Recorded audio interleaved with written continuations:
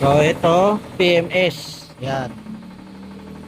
Preventive Maintenance Service.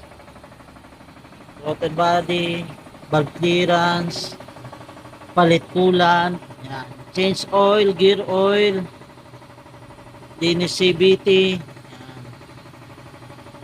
Linis ng brake pad. So gawin nyo to at least once or twice a year. Once or twice a year.